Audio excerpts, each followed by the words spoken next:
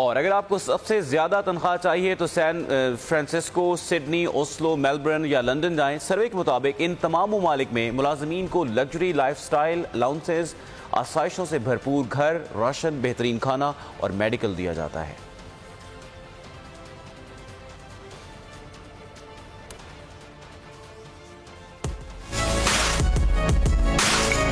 Luxury life style, आसाइशों से भरपूर घर, मेडिकल और खाना, सब कुछ फ्री। अगर आप भी इन तमाम सहूलतों से आरास्ता होना चाहते हैं तो San Francisco, Zurich, New York, Boston, Chicago, Sydney, Oslo, Melbourne, London का टिकट कटाएं।